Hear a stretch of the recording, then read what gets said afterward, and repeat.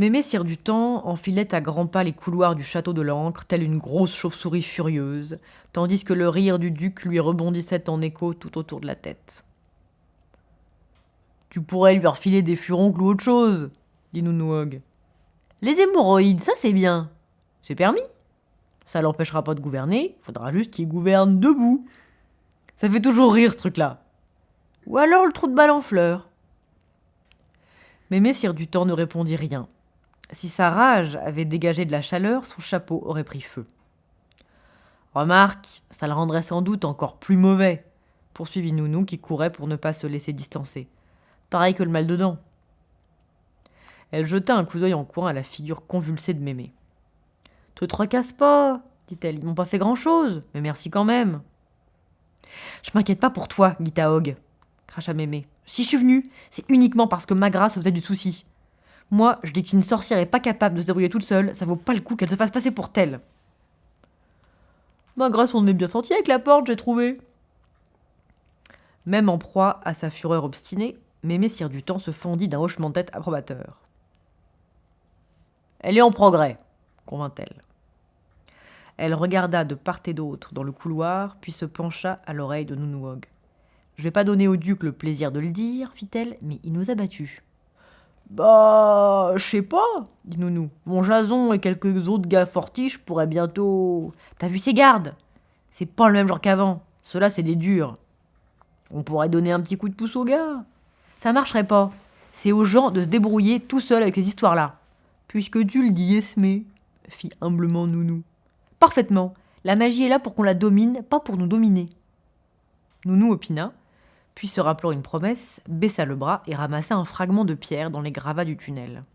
« Je croyais que vous aviez oublié, » dit le fantôme du roi près de son oreille. Plus en arrière dans le couloir, le fou gambadait à la suite de Magra. « Je pourrais vous revoir ?» demanda-t-il. « Ben, je sais pas, » répondit Magra, tandis que son cœur chantait, content de lui. « Qu'est-ce que vous dites de ce soir ?» proposa le fou. « Oh non, » répondit Magra, « j'ai beaucoup à faire ce soir. » Elle avait prévu de se pelotonner au chaud, avec un lait bouillant et les notes de Bobonne Pleurniche sur l'astrologie expérimentale, mais l'instinct lui disait qu'un soupirant devait se voir opposer une forte résistance, il n'en devenait que plus ardent. « Demain soir alors ?» insista le fou. « Je crois que je dois me laver les cheveux demain soir. Je peux me libérer vendredi soir. Nous, on travaille beaucoup le soir, vous savez. »« L'après-midi alors ?» Magra hésita. Peut-être que l'instinct se trompait.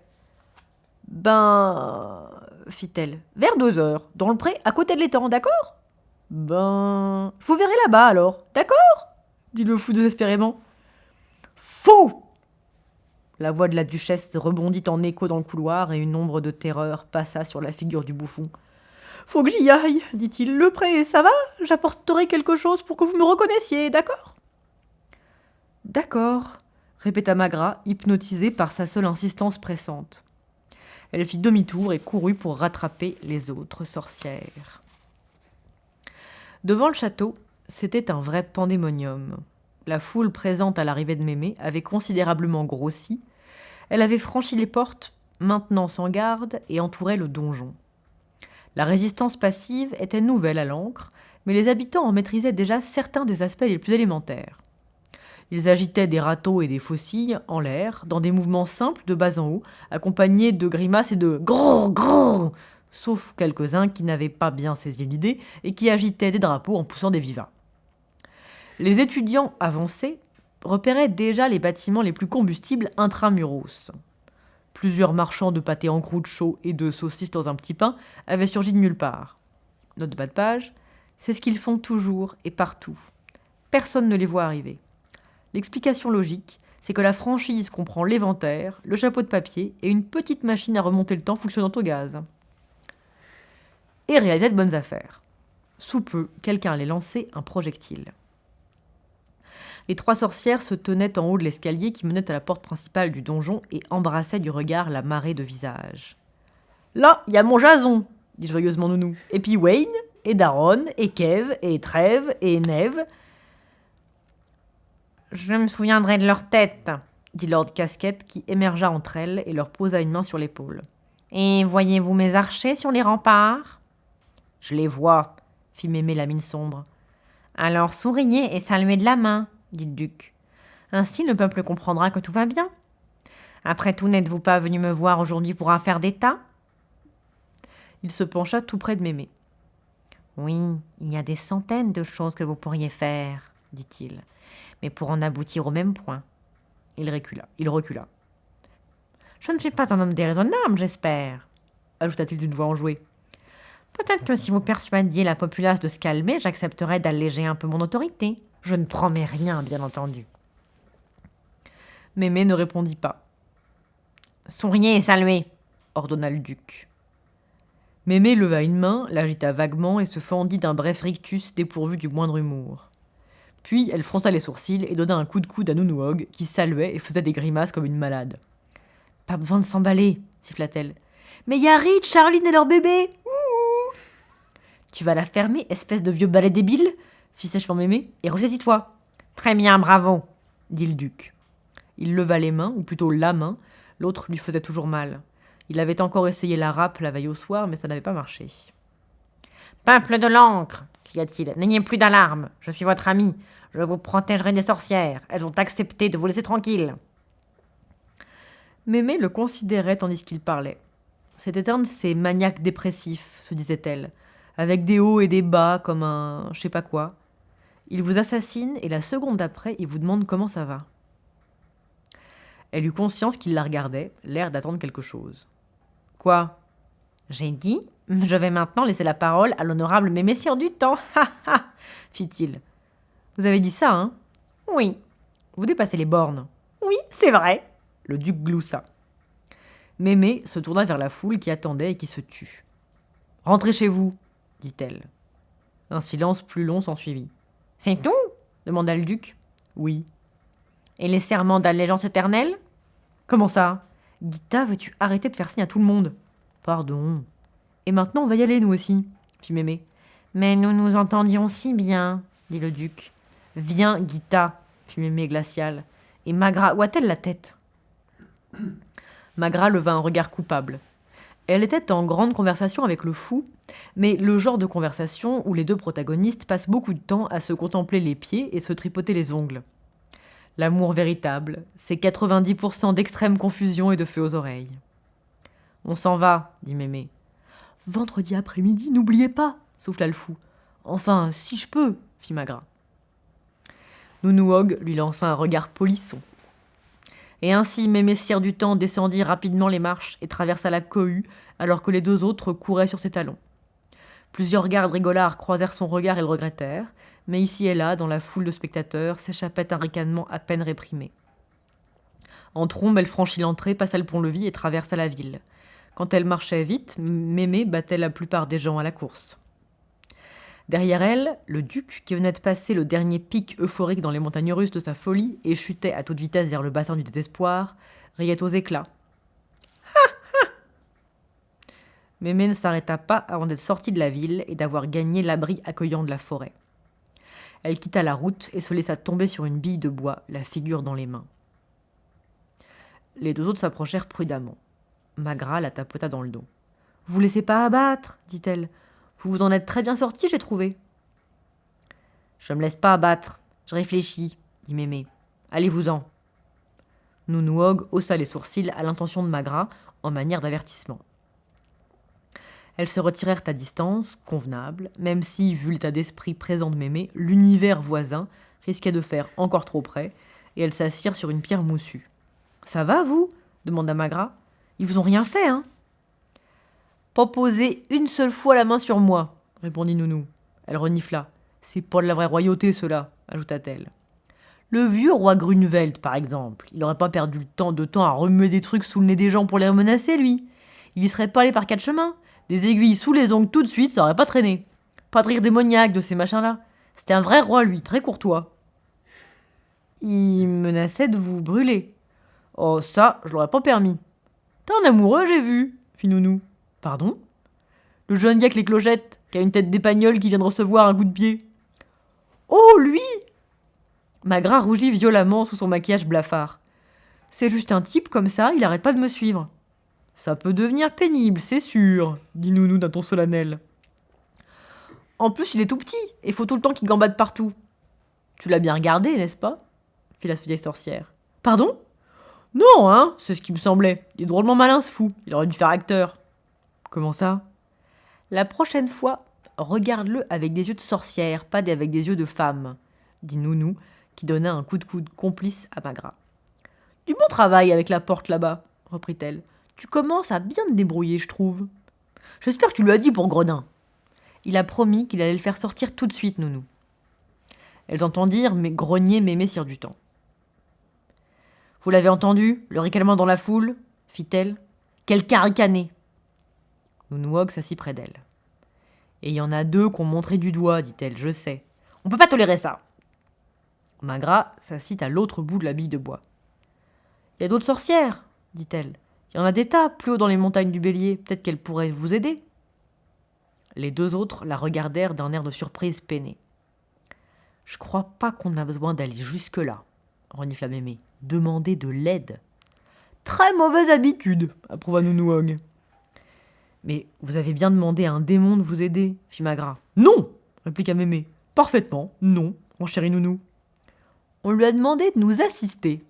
Parfaitement. Mémé Sire du Temps étendit les jambes et se considéra les chaussures. De bonnes et solides chaussures à clous et fer en forme de croissant. Impossible de croire qu'elles sortaient des mains d'un cordonnier. On avait posé une semelle et bâti le reste à partir de là. Il y a bien cette sorcière là-bas, du côté de Skunt, dit-elle. La sœur machin, je sais pas quoi, son fils est parti comme marin. Tu sais, Guita, celle qui renifle et qui pose des théières sur le dossier des fauteuils dès qu'on s'assoit. Des têtières. Elle s'appelle Grodelay, fit Nounou.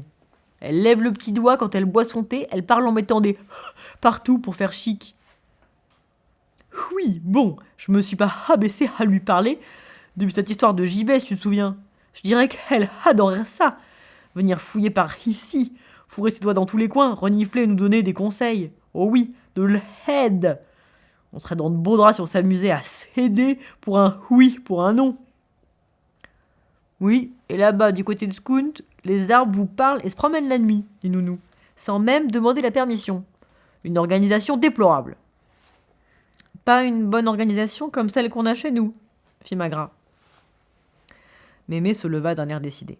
Je rentre, dit-elle. Il existe des milliers de bonnes raisons pour que la magie ne gouverne pas le monde. Elle s'appelle mage et sorcière, se disait Magra, tout en regagnant la route à la suite des deux autres. C'était sans doute merveilleusement organisé de la part de la nature qui voulait se protéger. Elle veillait à ce que quiconque doté d'un talent magique ait à peu près autant envie de coopérer qu'une ours affligée d'une rage de dents. Alors toute cette puissance dangereuse s'éparpillait par mesure de sécurité au hasard des chamailleries et des rivalités. Les styles différaient évidemment. Les mages s'entretuaient, s'entre-assassinaient dans des couloirs balayés de courants d'air, les sorcières se contentaient de faire le mort quand elles se croisaient dans la rue. Et ils étaient tous aussi égocentriques qu'une toupie. Même quand ils aident leur prochain, songea-t-elle, ils le font secrètement pour leur compte personnel. Franchement, ce sont de grands enfants. Sauf moi, se dit-elle avec suffisance. Elle est dans tous ses états, hein demanda Magra à Nounouog. Ah, bah oui, fit Nounou. Y a un problème, toi. Plus on s'accoutume à la magie, plus on évite de s'en servir, plus elle gêne. J'imagine qu'au tout début, t'as appris quelques sortilèges auprès de Bobonne Purniche, qu'elle repose en paix, et que tu t'en es servi à tout bout de champ, pas vrai? Ben oui, tout le monde fait ça. C'est bien connu, convainc Nounou. Mais quand tu progresses dans le métier, t'apprends que la magie la plus difficile, c'est celle dont tu te sers pas du tout. Magra réfléchit avec précaution à ce paradoxe. Ça serait pas un genre de zen, des fois, fit-elle. Je sais pas, j'en ai jamais vu. Quand on était dans les cachots, Mémé a dit quelque chose comme quoi elle aurait essayé les pierres. Ça avait l'air d'être de la magie plutôt difficile, ça.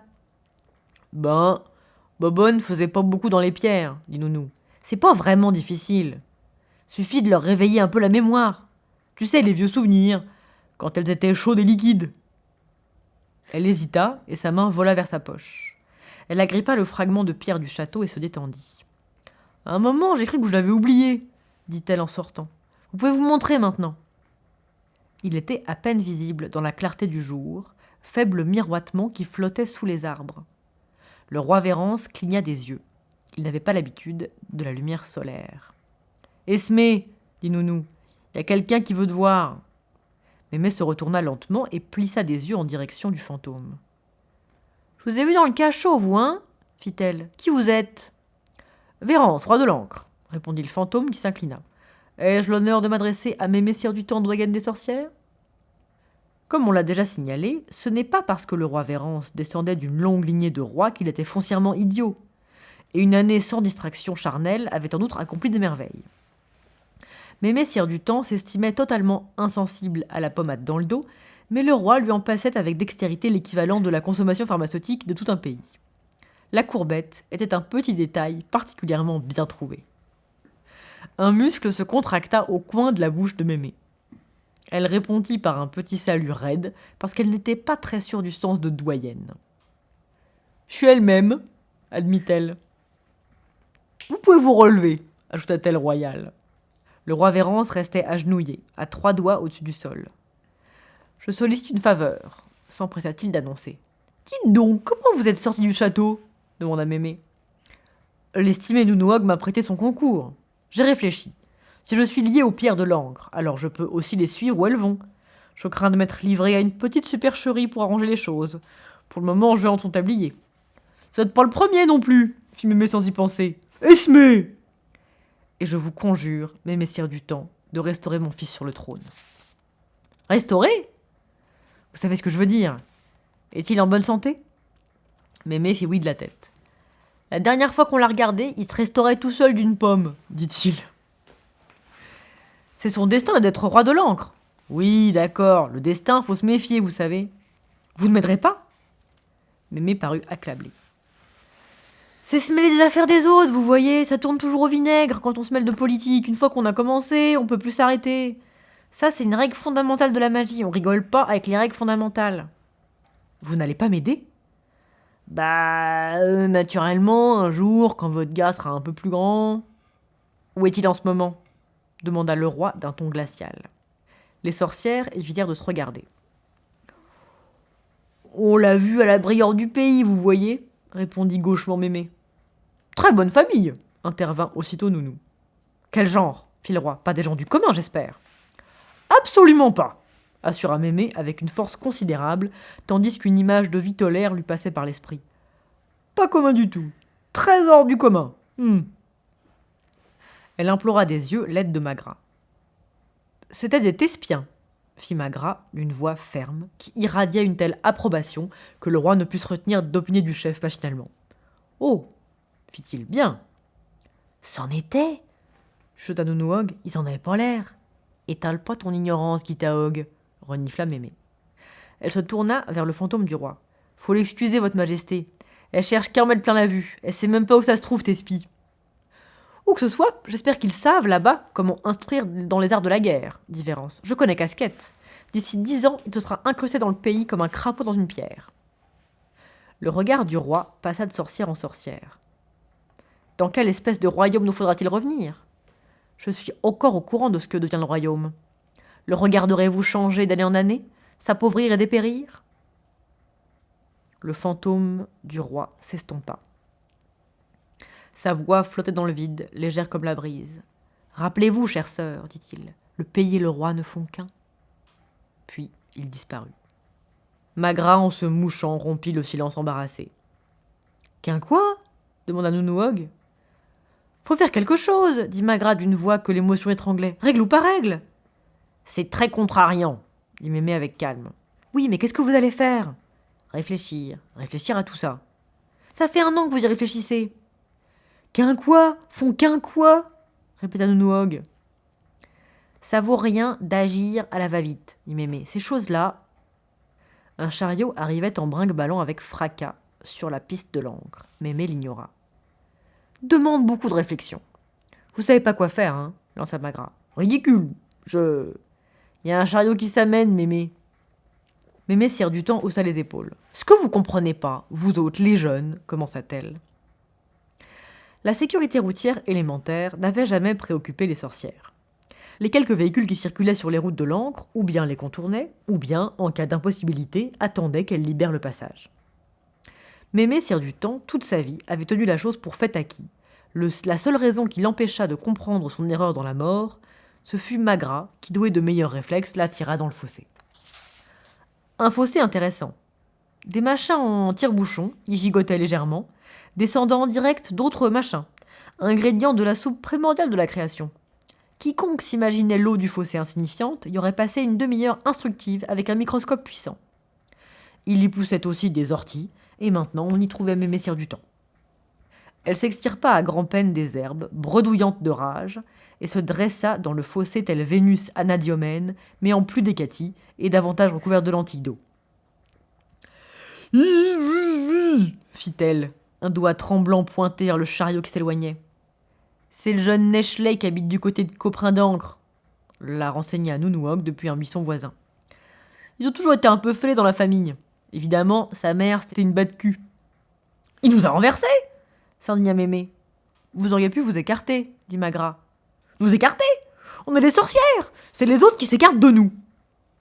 Elle reprit pied sur la piste dans un bruit de succion, le doigt toujours pointé vers le chariot. « Paroquy, je vais lui faire regretter d'être né. C'était un bon gros bébé, je me rappelle, » fit le buisson. « Sa mère l'a senti passer. »« On m'a encore jamais fait ça !»« Jamais !» continua Mémé, qui vibrait encore comme la corde d'un arc. « Je vais lui apprendre à nous rentrer dedans comme si on était déjà n'importe qui. »« Il le sait déjà, » fit Magra. « Aidez-moi donc à sortir Nounou du buisson, vous voulez bien ? Je vais lui changer son... » « Les gens, ils ont plus de respect, voilà tout, » dit Nounou, tandis que Magra l'aidait à se dépêtrer des épines. « Tout ça à cause du roi qu'en fait qu'un, si tu veux mon avis. »« On est des sorcières !» s'écria Mémé en tournant le visage vers le ciel, les poings brandis. « Oui, oui, » dit Magra, « l'équilibre harmonieux de l'univers, tout ça. Je crois que Nounou est un peu fatigué. »« Qu'ai-je fait durant tout ce temps ?» lança Mémé avec une emphase qui aurait même laissé Vitolaire bouche bée. « Pas grand-chose, » dit Magra. « Ridiculisé ? Ridiculisé ? Sur mes propres routes, dans mon propre pays !» hurla Mémé. « Cette fois, ça suffit. Je vais pas endurer ça 10 ans. Je vais pas endurer ça un jour de plus. » Les arbres autour d'elle se mirent à s'agiter et la poussière de la route se souleva soudain en tourbillon frémissant qui s'efforçait de dégager son chemin. Mémé Sire du Temps tendit un bras démesuré au bout duquel elle déplia un doigt interminable dont l'extrémité de l'ongle recourbé lâcha un bref jet de feu octarine. 1 kilomètre plus loin sur la piste, le chariot perdit ses 4 roues en même temps. « Coller une sorcière sous les verrous, hein !» hurlait Mémé à la face des arbres. Nounou se remit tant bien que mal sur ses jambes. « On ferait bien de la retenir !» chuchota-t-elle à Magra. Toutes deux bondirent sur Mémé et la forcèrent à baisser les bras de chaque côté. « Je m'en vais lui faire voir, moi, de quel bois les sorcières se chauffent !» hurlait-elle. « Oui, c'est ça, » fit Nounou. « Mais peut-être pas maintenant, et pas comme ça, hein !»« Les sœurs fatales, les sorcières, ah oui !» braillait Mémé. « Je m'en vais, lui !»« Tiens là une seconde, Magra, » dit Nounouog en se retroussant une manche. « Des fois, ça arrive chez les plus qualifiés, » dit-elle, et sa paume s'abattit en une gifle qui souleva les 2 sorcières de terre. L'univers aurait pu s'arrêter là, sur cette ultime fausse note. Au terme du silence oppressant qui s'ensuivit, Mémé fit « Merci ». Elle rajusta sa robe avec un semblant de dignité et ajouta « Mais je le pensais. On se retrouve ce soir au menhir et on va faire ce qu'il faut. » Elle rajusta les épingles de son chapeau et partit d'un pas incertain en direction de sa chaumière. « Elle devient quoi là-dedans, la règle de pas se mêler de la politique ?» fit Magra en la regardant s'éloigner. Nounou se massait les doigts pour y ramener un peu de vie. « Paroquy, cette femme a la mâchoire comme une enclume. Tu disais ?»« Je disais, et la règle de pas se mêler des affaires des autres. »« Oh !» fit Nounou. Elle prit le bras de la jeune sorcière. « Eh ben, » expliqua-t-elle, « quand tu connaîtras mieux le métier, tu apprendras qu'il existe une autre règle. Espé l'a suivie toute sa vie. »« Et c'est quoi ? » ?»« Quand tu violes une règle, viole-la un bon coup !» dit Nounou, dans un grand sourire qui découvrit des gencives encore plus menaçantes que ses dents.